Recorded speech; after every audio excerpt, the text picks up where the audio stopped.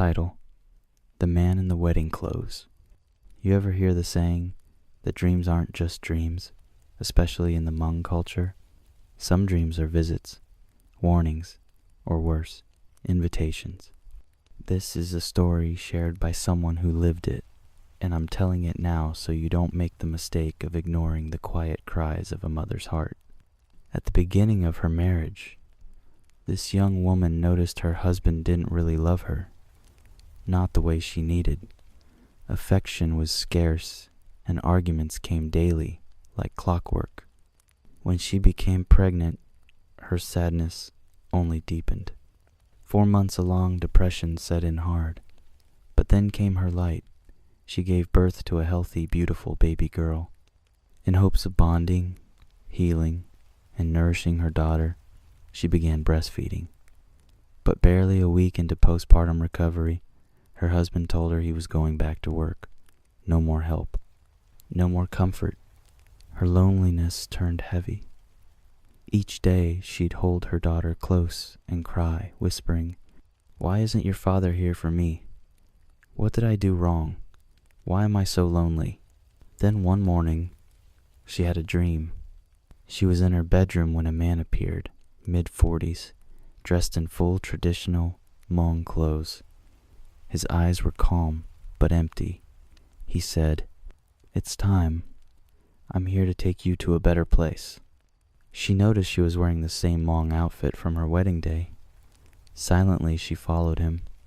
They walked down to the kitchen, and just as they reached the door, something yanked her back. It was a string. A red spiritual thread connected her to her mother-in-law's spirit table, also known as the shaman altar. Her body flew toward it, like it was trying to save her. Her mother-in-law stood nearby, watching in alarm, but the man didn't hesitate. He reached into his sash, pulled out a curved Hmong blade, and sliced the string clean in half. "She's coming with me," he said, and led her outside.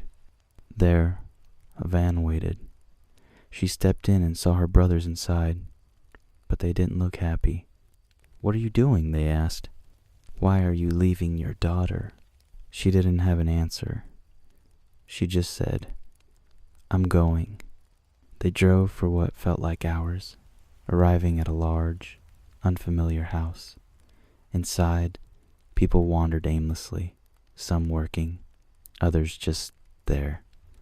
Blank faces, lost eyes.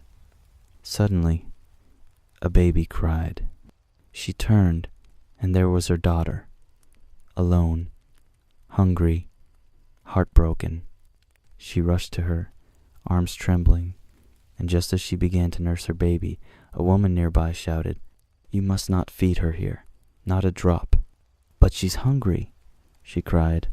"Breast milk isn't safe here," the woman warned. "It's too powerful. It doesn't belong in this place." Ignoring the warning, the young mother found a quiet corner and latched her daughter on to nurse.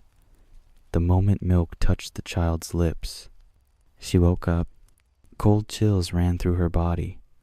Her room felt heavy, still, but her daughter slept peacefully beside her. Shaking, she called her mother and told her everything.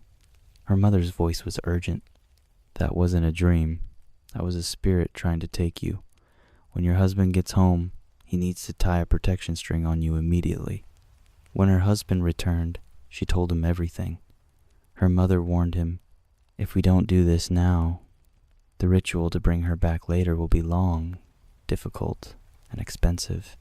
So he tied the string. Later, her mother explained, "The spirit world fears breast milk. It's sacred, protective. When you nursed your daughter in that place, you scared them off." She also said, "The shaman altar tried to pull you back. Its spirit, your mother-in-law's household guardian spirit, fought to keep you here." The man cut it.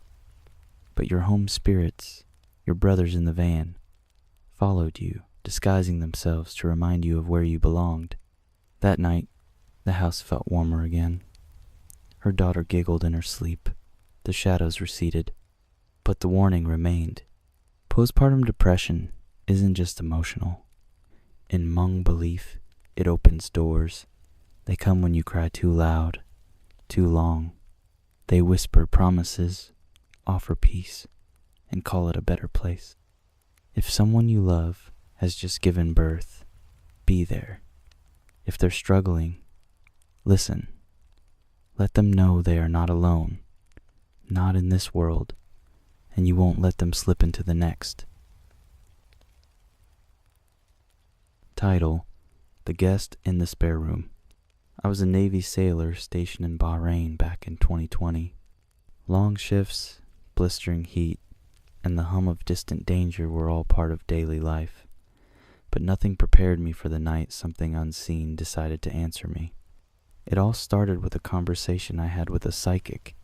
She looked at me with those all-knowing eyes and said, "You have powers. Your guides have been trying to reach you. You need to let them in." I laughed it off at first, but later that night, out of sheer boredom and maybe a little curiosity, I spoke into the dark before bed. "Sorry for ignoring you," I said, smirking. "If you're still out there, send me a message or something. I'm ready now." I didn't sleep a wink, stayed up till 6 a.m., which ironically was when I needed to get ready for work. No message, no sign, nothing. So, naturally, I vented about it, brushing it off as a scam, and told my friend her psychic was full of crap. That night, I stayed over at her place and crashed in the guest bedroom. It was a quiet room, no books, no fan, no draft, just me, my phone, and silence. Until about 2 a.m. That's when I heard it. The soft, unmistakable sound of pages flipping like someone thumbing through a thick old book. But there were no books. The air turned strange. A wave of cold slithered down my spine, followed by a sudden burst of heat. I couldn't breathe. The atmosphere thickened, and the room seemed to close in around me. Then, silence, followed by footsteps, bare, human, steady, slapping softly against the laminate floor. I was lying on my side, phone in hand, paralyzed. I could feel it, something, standing behind me, watching me, waiting. And in my mind's eye, she came. You've seen her before. The girl from The Ring, The Grudge, that same pale skin, long stringy black hair, tattered white gown. Her image flashed in my head like a warning, or maybe a memory. The footsteps circled the bed.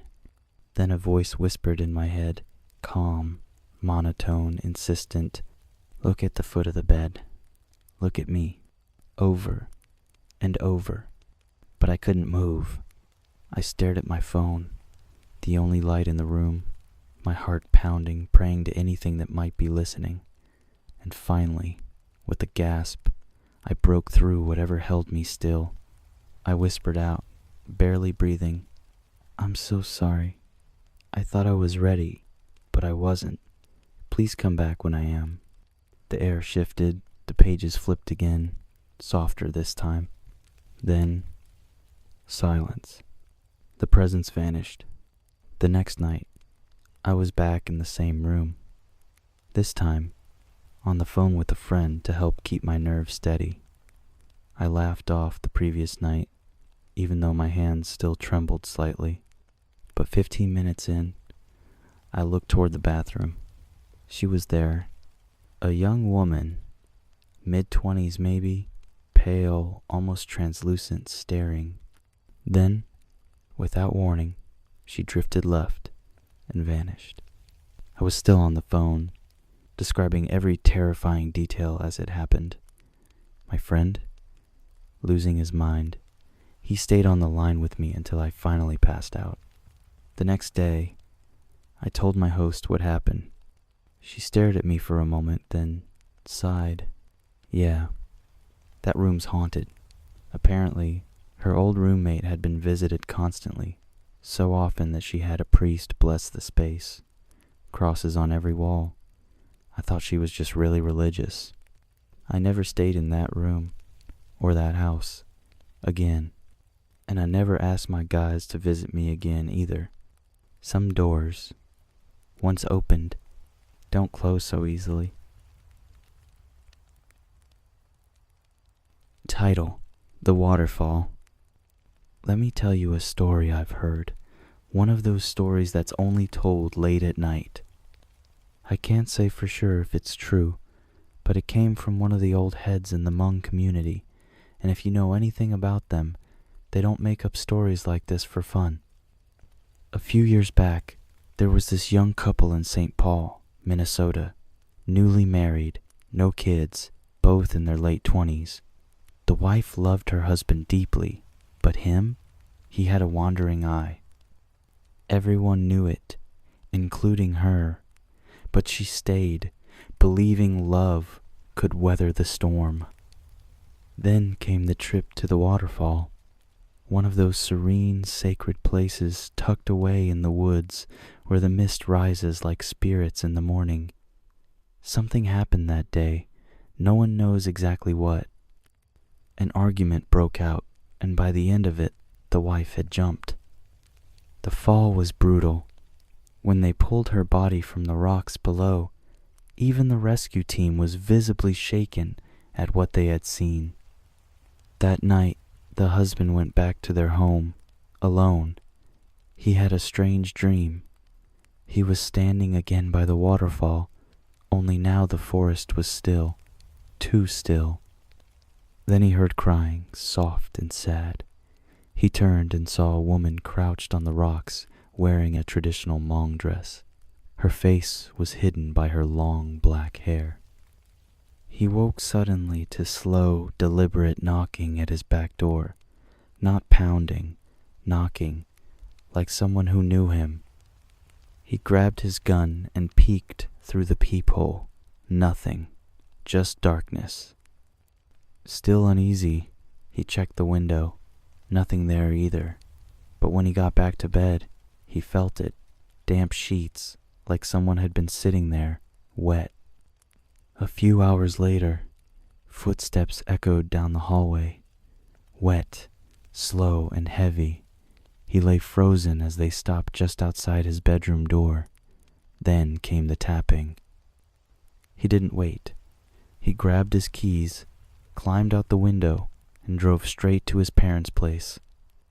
He didn't tell them everything, just said he missed his wife, and the house was too empty now that she was gone. A few days later, he returned with his younger brother to pick up some clothes. The house felt cold, not just chilly, but freezing cold. As he left, his brother, sitting in the car, casually asked, "Who was that girl that came out with you?" The husband went pale. There was no one else in the house. That night, he tried to sleep at his parents', but the dreams followed him. His wife appeared, her voice barely above a whisper. "So you came here. Don't think you can escape me. I'll find you, no matter where you go." He jolted awake, unable to move. Then, drip, drip, drip, water. He opened his eyes and caught a glimpse, just a sliver, of her face in the corner of the room, her hair soaked, her eyes filled with sorrow and something darker. He started sleeping in his brother's room after that. Things calmed down for a bit, but the night came when he felt it again, a freezing hand gripping his foot. He quickly turned on the light from his phone, but nothing was there. He finally told his parents what had really happened. They already had their suspicions. Quietly, they went and found a shaman to help. A cleansing was done. Protection strings were tied to his wrist. For a while, the house felt lighter. Then came the funeral.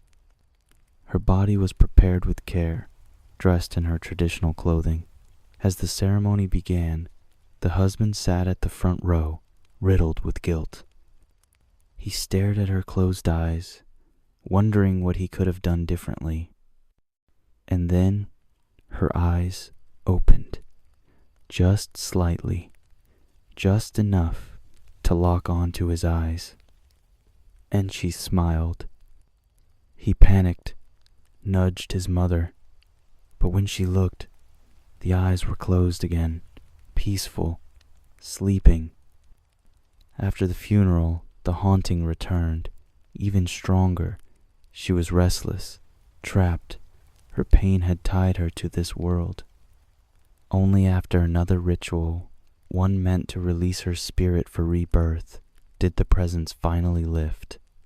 That night, she came to him one last time in a dream. She wept. "I loved you, but you never truly loved me." Then, wiping her tears, she whispered, "I'm in a better place now. It's time for me to go." She vanished into the mist of that dream, and this time, she didn't come back. They say he eventually remarried, moved away, had kids, but sometimes, when he's alone, he still avoids mirrors, refuses to visit waterfalls, and flinches at the sound of dripping water. You can believe it or not, but if you ever hear knocking late at night, slow, steady, you might want to check if your sheets are damp.